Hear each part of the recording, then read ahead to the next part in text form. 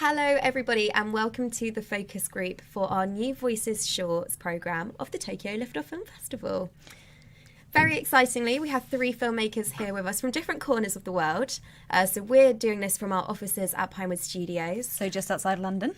We've got Mark, who will shortly introduce himself, based in Japan. We've got Morgan in LA, and we've got Val in Hong Kong. So I think let's just hand over straight over to you guys. And if you could introduce a little bit about yourself, the project that's currently screening on the New Voices Shorts, and tell us what your role was in those projects. Mark, let's start with you. Okay, I'm Mark. I'm from Canada, but I've lived in Japan for well over 2 decades. I came here as an English teacher, then moved into web design and computer programming, and now my third career is becoming a filmmaker. So the film in this festival is Four Goddesses. It is originally written for 4 of my friends, and it was a long project, 3 years. Okay. And during that time, 2 of them had babies, so I had to find new actresses. One of them warned me when I was casting. He's like, I'm trying for a baby, and she says, we'll get it done before then. But anyway, he's now 2.5 years old. So my role in the film is writer, producer, director, and writing and producing. Writing is my main goal, but it's like, okay, well, nobody wants to make my movie, so I have to go be producer, director. Nice. Yep. Yes, I recognize. Okay, great. Me. Well, there's definitely things that we would like to pick you up on there for sure. Some interesting things to dive into with what you've just said. But first, Morgan, can you introduce yourself to us, please? Sure. So my name's Morgan Smith. I'm a recent college graduate from San Francisco State University. Nice. And the film that's showing in the festival is my thesis film that I made for both my Japanese and my cinema degree. Amazing. Wow. And I just knew I wanted to make a thesis film before I left college because they didn't really care whether I did or not. But I was like, I've spent all these years studying filmmaking and studying Japanese. Why not combine it and make it on my buddy who I actually met in San Francisco? And since he spent all his life trying to live and work in the United States, I really want to live and work in Japan. So I want to make my movie Just about exchange. you, good sir. Yeah. Oh, exactly. Amazing. Well, I look forward to delving into that a little bit more. And San Francisco is a great city. Claire and I have been there. Yeah. I loved it. Absolutely loved it. All right, Such cool. an amazing place. A lot colder than I was expecting, and I did get caught out. The with windy that. city. Yeah. Oh, yeah. Now I know what that means. We thought that was just Chicago. No siree. All right, Val, why don't you give us a little introduction as well? Cool. So my name is Val. I'm from Mexico, but I moved to Hong Kong when I was 13 with my family. So I am Mexican, but I'm also from here. It's complicated. And the film that I made that's screening in this festival is called For Her. And it's actually a developed project that started as a one-woman show. Amazing. It was an hour-long one-woman show that itself came from a survey I sent out. It's a bit of a complicated story, but the film is about a writer who comes across a story dealing with sexual harassment, and she is faced with the complicated task of coming to terms with this story, right? So I'm very interested in portraying difficult subjects on film, and how do you capture something that is so difficult to express in words.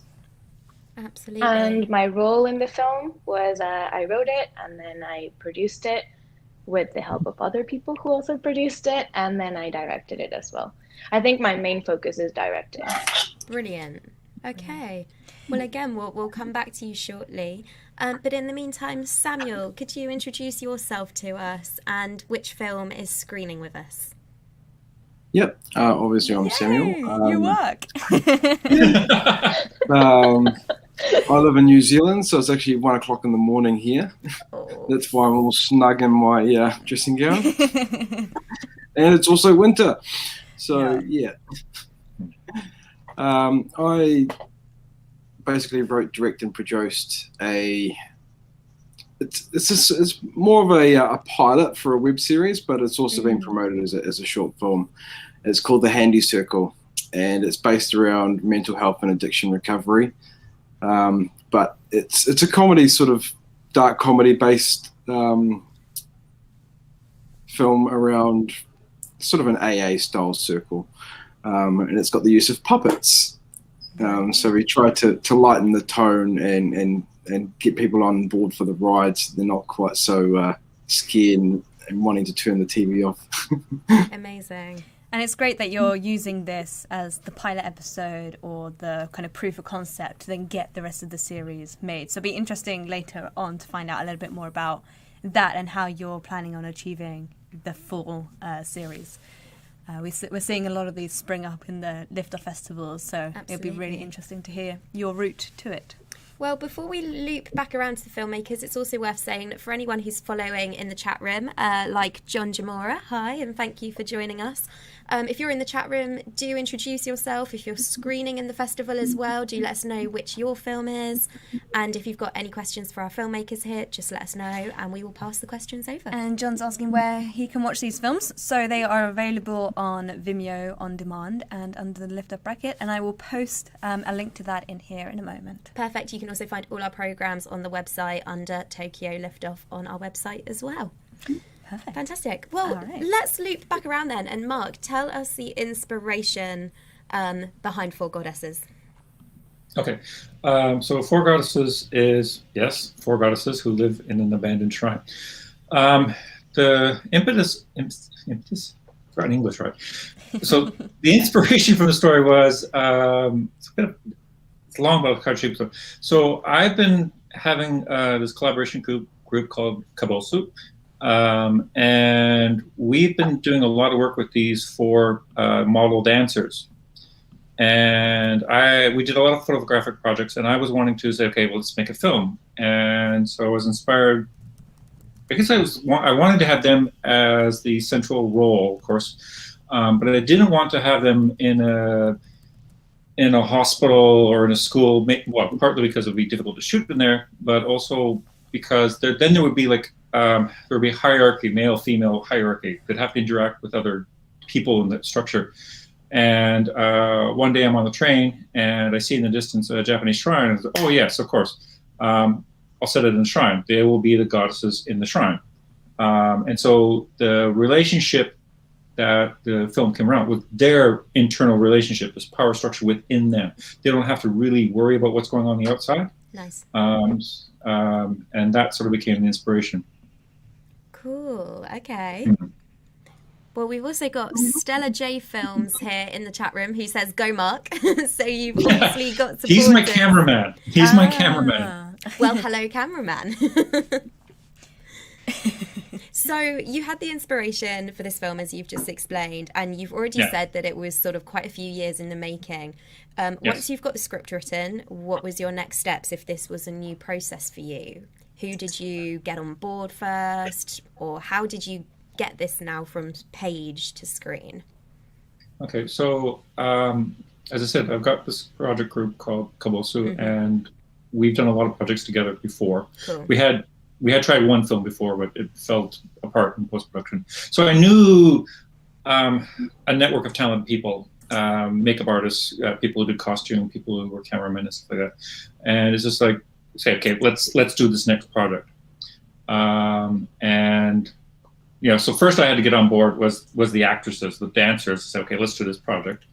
And then I approached a couple of directors, and they said, well, it's your film. They didn't want to do it. So that's the point. It's like, oh, I have to become a director now. Yeah, I have no idea what I'm doing. Yes, so it I said it took 3 years, but a lot of it is, stops and starts of trying to get money because I need to pay for somebody to do the translation, or I need to need to find a new actress because, whoops, one of them's having a baby, and whoops, another one's having a baby. Yes.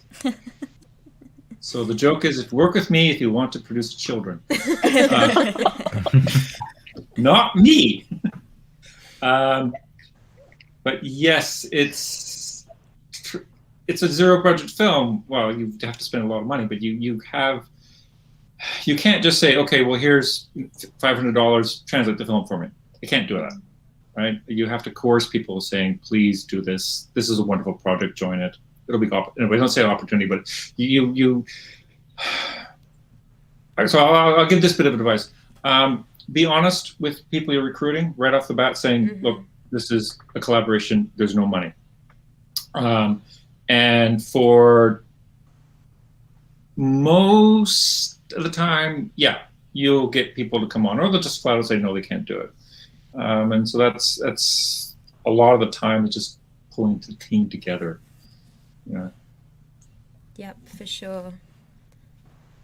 Collaboration is one of the things that often comes up in these conversations when talking about, well, actually it comes up on both sides. It comes up when we're asking people what was the best experience you had when shooting a project, and a lot of the times it will be the people I worked with, the energy on set, the atmosphere, but occasionally it can be the flip of that, and it can be when collaborations or connections haven't worked. And that can also be a good learning curve and an experience that you then try to never replicate again if something hasn't gone so well on set for whatever reason.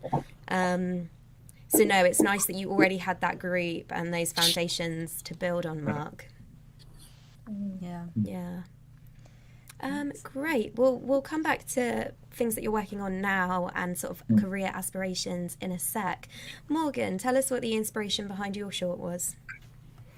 So the inspiration for my short kind of came about spontaneously. I had met Tatsuo at a book signing because my internship at the time, my boss, I'd known him since I was a kid. My boss, Kyo, he was going, Morgan, my friend Tatsuo's in San Francisco. Whatever you're doing is not as important. Go meet Tatsuo. Because he knows I want to live and work in Japan. I'm like, okay, Kyo, I'll go check. I'll go to his book signing.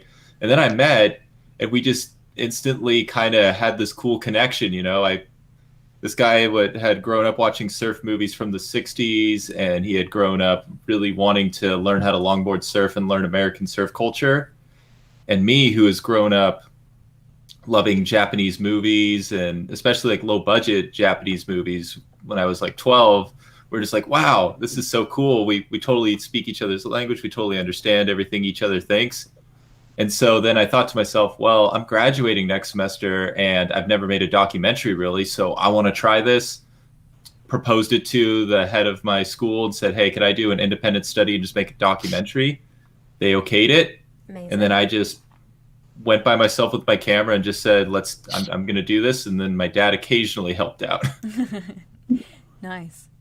Oh, that's so, yeah, what a great story. A little side question, unrelated in some ways to film maybe. What was it that always made you want to live in Japan, or was it those low-budget Japanese films that first inspired you? Like, which came first, chicken or the egg? So it was probably, Japanese cartoons when I was growing up, like Pokemon stuff. And But then from there, it was always just drawing me into the culture, the city, the language, and I just went, wow, this place seems really cool. This language seems really cool. And then my curiosity always just kept growing and growing. And then from there, there was nothing else I possibly wanted to do. Mm-hmm. Well, the Liftoff co-founders love Japan and Tokyo especially, hence why we're in Japan and have been for many years. Yeah, it's actually one of the only cities Claire and I haven't been to because of their love for their city so much that they always take those plane tickets. We never get to go. Yeah, we never get to go. So maybe next year. Yeah. Maybe next year. Fingers crossed. Yeah. And maybe you'll be living there then as well. Hopefully, then we could all catch up. So how did you find the documentary compared to narrative then? Is that something that you now want to pursue, or was it sort of like a tick off the list and onto narrative works next? You know, that's actually a very good question. To the first part, though, I found that there really, in the editing room, there isn't a lot of difference between a narrative film and a documentary in some ways, because you're still telling a story and you're still building all your footage around telling the story. So I was like, this is awesome. This is what I wanted to get into filmmaking for. Mm-hmm. And I would be totally open to doing more documentaries in the future, because I actually found that the storytelling that you can do in it is very intimate, very personal, and I really, really found I enjoyed that. But I also really want to get back into narrative. 50-50. Well, Val, you're nodding along there, so you obviously understand what Morgan's saying. You've got experience in that. Yeah, I actually would like to pick up from that sort of narrative documentary dichotomy, because my film is literally, if you pour documentary and narrative together and you went like then you get that. Because if you go back to the origins of the project, it was my last year in high school and I had to do a theater project. And my project was, I'm gonna send out this survey. There's no theme. The only requirement is I want stories from people that had happened in a particular place in Hong Kong, and they need to tell me where they happened. That was it. It was anonymous. There was no theme. There was no question. And it all came from this curiosity of mine to understand a little bit of what was happening in other people's heads. You know, when you're like walking in the subway and then you're like, everyone has different lives and I can't see it like that. so that was the idea. But then one of the stories was I got raped, like it had to do with rape. And Jesus. I was very shocked by this story because, I mean, I had not asked for it in any kind of way, and the person just felt the need to share it or decided to share it. So the whole theater project, which is also in my website, you can check it out, is an exploration of all the stories I received and how you come to what really needs to be said and then how you say it and the implications of it. So there I was, I graduated and I did my play, and I had my hour-long script and I sort of put it away. And then COVID hit and I was stuck somewhere. So I thought, oh, what if I turn it into a film? And I just started thinking, well, this can be a really long-term project. I don't have to get it done quickly. But then serendipitous things happened, and I ended up making a phone call to a producer in Hong Kong who basically got on board in the project and helped me out finding other people, because this is my first film, no experience in the media or anything. I deeply relied on amazing crew who basically took me on as a student and were like, we're going to teach you if you're willing to learn. And that was the whole experience. They took the project on board. We took it from an hour-long script to a 10-page script, which was, oh my God, brutal. Painful. It was brutal. But, you know, it really got to the core of what I wanted to learn. And in the process of that happening, the feminist movement really kicked up in Mexico, and I was experiencing that as an outsider while my family is actually there. So I kind of felt a connection with that, and it subconsciously also informed what I was talking about. And also I was growing up, right? I'm still growing up, but anyway. We all are. So my own emotional process, right? So the inspiration, if I had to summarize, of the film is, yes, that original idea, but also what happened in the world and what I was involved in throughout the years that it was produced. And even to the point of the editing room, like Morgan's mentioning, deciding what it was that I actually wanted to say came down to the editing room. And that's where it all sort of came together. And I was like, yes, that's it. Thank you. There you go. Amazing. You mentioned something quite at the beginning of your story where you picked up the phone and made a phone call to a producer. How did you Yes. find this producer? Because this is a question that we get asked a lot. All the time. I was How do I very, find a very producer? lucky. My friend's cousin is a producer. Okay. And she actually doesn't work as a producer right now. And she didn't produce the project. Well, she was like an advisor producer. She said, I have no time, but I can help you find people.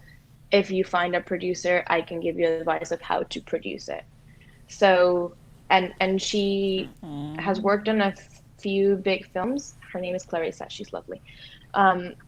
And she introduced me to my sound recordist, whose name is Mark, and he's genius, who is like my mentor now. And he was like, okay, this is how we're going to do this. And here he introduced me to my cameraman. Yeah, I was like a teddy bear hugged by a lot of people. Honestly, very lucky. But Amazing. in the end, I think there was a lot of passion from my side for the project and a lot of drive, which brought people together. And I also think they thought it was fun to collaborate with someone younger than them and just, do it a little bit for fun. But it was very serious at the same time. So You also mentioned there two of the most important, well, I say most important, two very important roles within making your first production or entering this world of film, and that is working with a sound designist or a sound person and also a good cinematographer.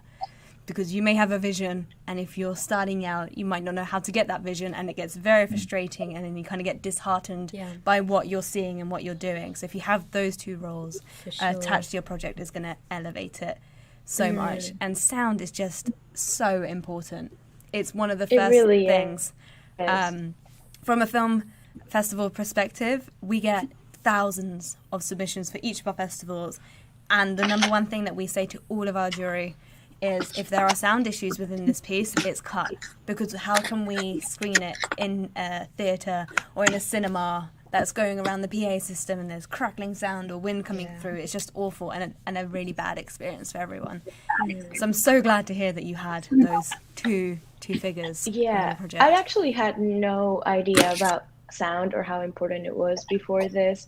And Mark just took me on a sound journey. Like the first time he put the headphones on and we were recording, we did all of the sound effects, we recorded them before the actual production. We spent a lot of time just experimenting and having fun with water and weird objects. So we were recording some water sounds and he put the headphones over my ears and it blew my mind. It's really important. And the sound design as well. Yeah. I mean, the traffic in my film is tuned to a D minor. Fun fact. There you go. I love a fun fact. Wow. I also really like the fact that yours came from a one-woman theatre show, because we're seeing obviously more of this, and it happens all the time. In the UK, someone that you might have heard of is Michaela Cole. Chewing Gum was a one-woman theatre show first, which then went on to obviously do really well in broadcasting, and that got her something on our main BBC channel now. So, it's interesting that people have all these different routes. We interviewed someone on our YouTube channel last week who had come from a graphic novel perspective into then screenwriting for film. And it's just interesting to think that, there's no linear route into this industry. People come at it from all different ways, but there's different opportunities that you can take to then lead you to film if that's where you ultimately want to end up. So that's really cool. Amazing. Well, Samuel, tell us the inspiration behind your project. Well, it's basically life experience. Because it's based around mental health and addiction and recovery. And I've basically grown up with a lot of family issues. My mother has borderline personality disorder. My father basically is an emotional mute. So there was no real emotional support there in my upbringing. And I spent a lot of time trying to fit in into different places, which just never really seemed to happen. And I seemed to be suffering a lot of issues through my life. And it wasn't until I was 37 years of age that I actually got diagnosed with central sensitization syndrome, which is a neurological condition that causes hypersensitivity and chronic pain. But now, just recently I turned 41, and I've just been diagnosed with Asperger's. So late diagnoses have basically put me through a lot of hell. Sure. And I studied to be a filmmaker when I was 25, Okay. and haven't really gotten anywhere where I wanted to because I just don't think I really found my direction. And then when life just turned to, crap is the polite way to say it. Things really did take a dive in about 2016, and it was just before that I'd written my first episode of the Handy Circle, and it's sort of been sitting there for about 6 years as something I wanted to make. New Zealand's not much different than probably anywhere else in the world when it comes to getting funding. It's difficult, and in New Zealand there's not really much of a private sector for funding. It's grants or your own back pocket. And unfortunately, when you're unwell like me and you can't work all the time, it's pretty hard to save up the old funds. Of course. So yeah, it was a long process of redeveloping the script over and over as my life went. That was the good thing about it. As my life changed, the script changed completely. At first it was a little bit more of a piss take than being serious. But then it's become serious. But I don't know if any of you actually watched The Handy Circle. I did. It's the one with the puppets. Yeah. And It's the one with the puppets. It can come across like, I don't know how other people see it around the world, but it's a tone that's really hard to put out there. And because I'm aiming at the 21 to 49-year-old, mainly male bracket of addicted human beings and trying to basically get them to recognize these issues in themselves so that they can go, I see that in myself, but not being like, nobody likes to be told they have an issue, especially when it comes to mental health. And a lot of people are not really willing to tackle it because they don't want the lashback. But it's something that has been needed to be done, not just around the world, but in New Zealand in general, because New Zealand has, like the second highest suicide rate in the world, almost the highest male suicide rate for middle-aged men. So it's something that really sucks here. And everyone's suffering from the same issue of, everyone's trying to hold on to their emotions and not express things. So I'm hoping that when people watch this, it's not so much a forced fed approach of, hey, this is issues. You can still laugh, but realize that there's more to be seen. Sure. Wow. Have you shown your piece to a charity that work with high rates of mental health? And or are you working with any charities? Not specifically. My sister, she is a psychotherapist, and she's just been accepted to do her doctorate as a clinical psychologist. Wow. So I can, fall back on people that are professionals. Her best friend is also a psychotherapist and stuff like that, and she's a script writer. The funny thing is, I want to write with her, but she's just she's a bit flaky, as you would put it. Not very reliable, but Sure. she actually used to work on season 3 of Prison Break. Oh, wow, okay. Oh. Yeah, and she was one of the writers for the pilot for House of Cards. Wow. But So busy not woman. every human being can focus for long periods of time, unfortunately, and they just move on to other things. Sure. Yeah. Well, one of the questions that popped into my head was, so you've been sat with this script for a while. What was it that changed that made you think, okay, it's now time to actually put this into action? Well, it had been some time that it was like it needed to go into action. It's just there was no funds. It was the funds. And also So then it comes down to, right, I need, people who are willing to work, that are willing to work for free. So therefore it was like, right, well, I've got some connections, but I have a lot of connections, but most of my connections are professionals and they literally are just working. Yeah. The only way you get them is if they're not working. Yeah. And so therefore I had to go for, which ones aren't working, and then you find a couple that aren't. And we sat down and had a set and was like, well, I want to do this. And they're like, yep, sweet, we're on board. And then within 2 months, both of them had dropped off the project. So they're a bit pregnant. like Mark, I had one thing after the other. I had, when I finally actually got everything off the ground, we're about 2 weeks out from shooting. One of my lead males decided to drop off to do another project that was paid, and then I had to quickly find someone else. And then when our first shoot date came up, our female actress was admitted to A&E. Was it a not available. again? Sorry? Was she pregnant? Or did she have an emergency? No, she did have woman problems, but we don't need to go too far into that. So she was out of action for a couple of weeks, and then so everything just got,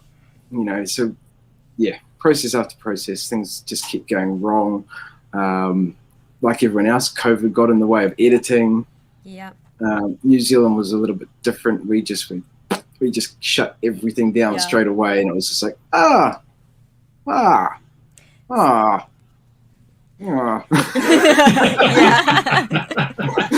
it worked out well. It worked for you. out really well. For you. I think Yes. your Trust me, decisiveness was good. I'm loving living here.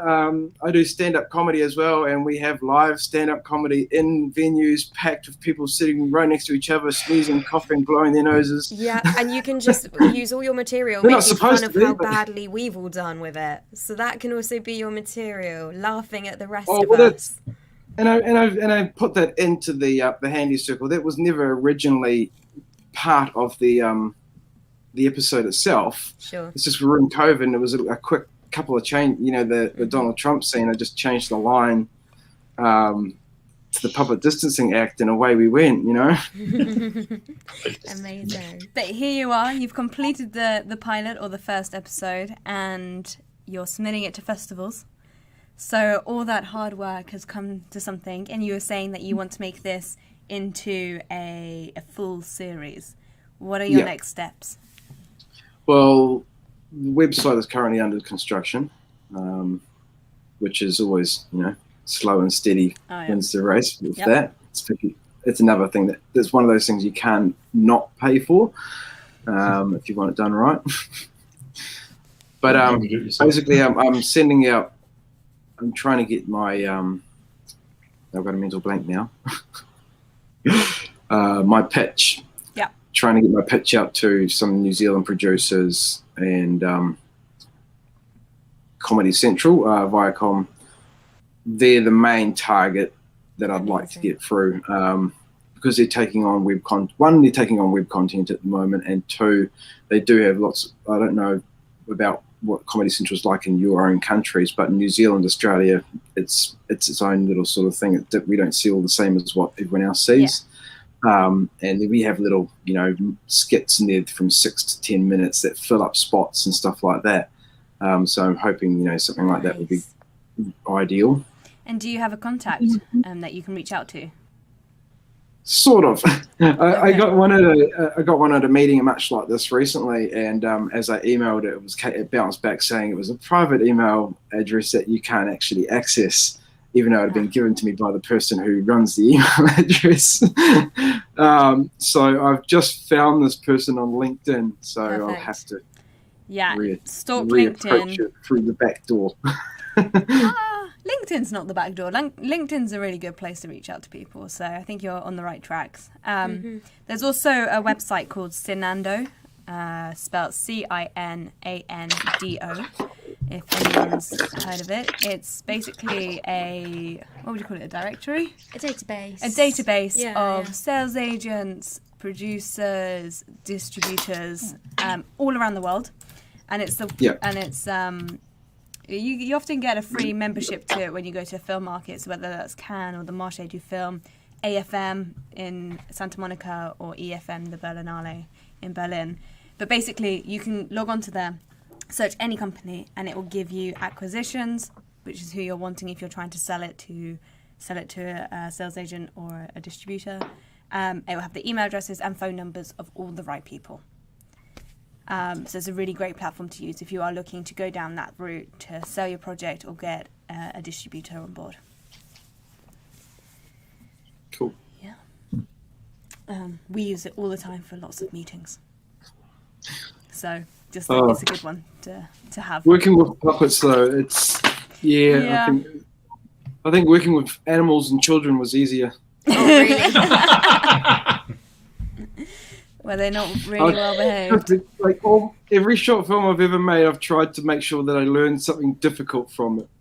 Well, that's a good motto and a good practice to have. Yeah. Now, I've worked with children and I've worked with animals and I've done night shoots. Mm-hmm. Why were the But puppets? the thing about the handy circle is that the challenge there was as well, one of the hardest things to do is to shoot in a circle. There's a trick to it. Tell us the trick, Mark. Okay. So if you've seen my film, it's four goddesses sitting around a table. Mm-hmm. And if you look at the table, because that was shot on a stage, right? But every scene with them in it, everything is black. So basically, we kept the camera facing towards the stage, so the black screen on the back, and then the table was moved. You can't do that with puppets. Well, we moved the table, right? So, but we had on the table markers. Right? There's a center tray, and then off to one corner is a sewing box, and so that forms a triangulation with the other corner. And so mentally in your mind, you kind of figure out where you are looking. And I had to map out where each scene was, where each actress is going to sit. Generally, one is in one spot, and another one's. Sometimes they change around. But so if I want to do a two-shot, I move the table, put the actresses in that spot, shoot that way, and then so shooting back the other way, move the table around again, put the other actresses that way. We did have two cameras, but not on the first 2 days of shooting, and so that's how we kind of shot in the circle. Right? So there was no. You don't know. Hopefully, you don't realize that. Oh, this is you look in the movie, and everything around is blackness. But it was really just a curtain on one side. Sure. But you have this mental cue that says, "Okay, Yeah. I'm looking this way. I'm looking that way." Mm-hmm. That makes sense. I wish I had that advantage. The only thing about working with... Have any of you actually worked on a set with puppets? Never. Well, No. the thing is because we didn't have the funds, you're supposed to build a raised set. Ah, Yep. Yeah. And everyone works around. But because we didn't have the funds, different parts of a human would be at a totally different range than a puppet. And they'd all be stacked up on boxes and moving and around, and just to get everyone on the same face level. Yeah. Lots of discomfort. Lying on horrible floors. Whereas normally you'd have a platform where you stand and you do everything like this. And the people that were sitting would be about 7 feet off the floor. Wow. Didn't think of that. Yeah. Stella J Films in the comments in the chat room has actually asked which cameras were used. And I don't know if this is referring to the two cameras, Mark, that you were speaking to, or for Samuel. I'm maybe guessing you can it's both for answer. So I was going to say... he knows which cameras were used. He used Because I was the going to say, camera. this is your DP, Yeah, isn't so it? it must be for Sam. So Samuel, which camera did you use for shooting? Oh, I'm trying to remember now. It was a rather expensive one. It was my DP's. My DP does news broadcast quality work. He works with news basically. Was a Sony.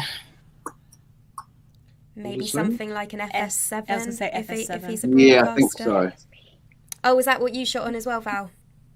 FS7. You were the FS7 I was as well. like trying to remember, but it's that. Yeah. All I know is he spent about 25 grand on it just before we started. Well, that's handy for you. And then he brought two cinematic lenses. What do you call them? Prime lens? They weren't primes. They were adjustable. See, that's why I'm not a cinematographer. There are so many lenses. So many. Anyway, his lenses were about 15 grand each as well. Oh, wow. So, I love that you know the prize. Producer. Yeah, Morgan, what did you shoot on? I went totally against the grain. I used a Nikon. I just used my Nikon with a Rode mic, and then I invested for I think like $100 in just a 24 millimeter, so I could be really close to them. Nice. So I get good sound. Cool. And then just swapped around different Nikon lenses. Which is great for documentary on the fly and moving around. So Absolutely. nice. Yeah.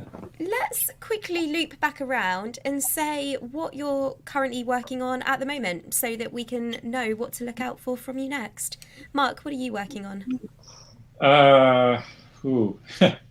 I'm constantly writing, but the projects that I'm working on now, there's no way I could shoot them. They're multi-million-dollar stuff. Kicking around a few ideas about doing like a coffee shop thing. I was talking today with my editor about shooting a couple coffee shop movies. Thank you for your approval. Yeah, he's been very loud during this. I'm so sorry. I'm worried about my cat. She sometimes comes in and complains I haven't fed her. But I'm trying to. Okay, so I'm in Japan. I'm in a fairly large city, and there is a few television stations and video production companies, and I am trying to get my foot in the door. Just a production assistant, and it is remarkably hard. There are a couple strikes against me, my age, because they tend to hire the young guys, and also the fact that I'm not Japanese, though I do speak Japanese. So, I mean, I'm wanting to learn about, cameras, microphones, lighting, and all that sort of stuff. And I cannot go back to film school. So my next guess is, okay, so I get a job doing that sort of stuff. So that's kind of the thing. But in terms of making films, probably just a couple of short films, coffee shop stuff, 2 cameras, 2 people acting. Fantastic. Well, we look forward to seeing them. Yeah, absolutely. Amazing. And Morgan, apart from the move to Japan, what's next for you? That is a very good question. Right now, since COVID hit, I've been working in internship with the Japan Society of Northern California. And mostly my projects right now have been just, corporate videos. And then I've been just doing freelance fashion videos and stuff, mostly on the side. So hopefully one of those gets out and we'll see what happens. Yeah, very cool. Nice. And Val? Well, I'm working on getting this short film distributed. I quote it, unquote it, because it's not actually distributed. It's more like getting it to the Hong Kong public. Mm-hmm. So I'm working with my university. I'm at the University of Hong Kong to organize different screenings so that we can bring it to both students in HKU, but also in other universities in Hong Kong, and sort of really use this year to have conversations with as many people as possible and sort of use the film as a starting point to then talk about sexual harassment, but also the importance of just talking about what's going on in your life. So hopefully, I'm trying to frame the whole year as a share the project with people year. Sounds good. And then at the same time doing uni work. I'm majoring in music, so probably doing a lot of sound design, hopefully. Great. And yeah, for the next film project, this short was actually shot under my production company, which is called Tinta. So I am probably going to work on a bigger project next, also within the Hong Kong realm. But we're going to take this year to share the project that we've done last year. Amazing. That's what we're Sounds doing. a good place. Good place to start. Fantastic. And then... And Samuel, you're working on future episodes of this. Is there anything else that you've sort of got in the pipeline? In the pipeline? Well, it's just been good to finally get this pilot done. Amazing. Even though it's taken a lot of work, I think it's going to be much easier from here onwards to, write future episodes and get things done.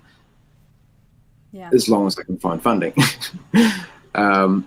But I've got more time now to write. Previously, I've just been so busy with other things. Like I said before, I do stand-up comedy as well, which I've been doing for about 18 months, which is all to do with helping learn to be a better comedian and write better stories. Mm-hmm. And I'm actually doing improv comedy classes at the moment, which I graduate from.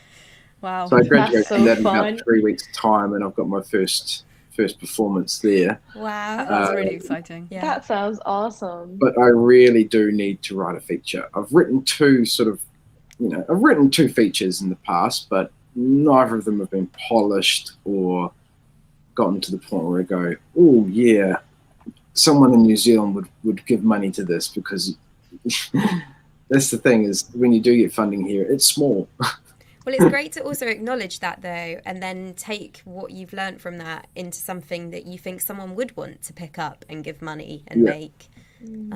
So that's really cool. Yeah, he thinks so, you see. He's just chipping in here when he wants to. There is a platform here in the UK, it's called Pause TV. I'm pretty sure they take submissions from all around the world. It's a platform that works on a tipping basis. So basically you can upload your short film or have an event on their page. It can last 24 hours, 48 hours. Then you send people to that platform to watch your film. And then at the end, if they've enjoyed it, they can tip you.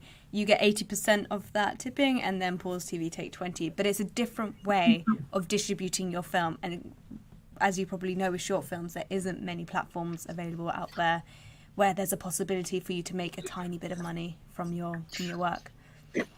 Yeah, just an idea. But yeah. Cool. Money? You make money from this? You can make a little bit. So I've heard. But I do think it's spend the money. Yeah. Well, thank you all so much for taking the time, whether it's the crack of dawn or the middle of your night, Samuel. Thank you so much. We appreciate it. And there is lots of interesting things there from all of your experiences. And now that you've met each other on this call, please use the benefits of the hub where you can continue conversations, use the online chat and connect with each other. And Mark and Morgan, I look forward to seeing your film together when you're both in Japan. Yeah, let's keep in touch, Mark. Sure. Amazing. All right. And thank you to the people that have been following the conversation in the chat room. Yes, thank you, everyone there. Yep, and if our borders ever open again, well, I might see you then. Absolutely. Maybe. Sounds I good. hope so. Yeah, that would be lovely. London! Oh, you're all locked out for now. I know. Let us know. Yeah, Hong Kong's pretty close too. Well, thank you so much, guys. And we will, stay in touch with us all. Cool. Bye. Thanks a lot. Bye.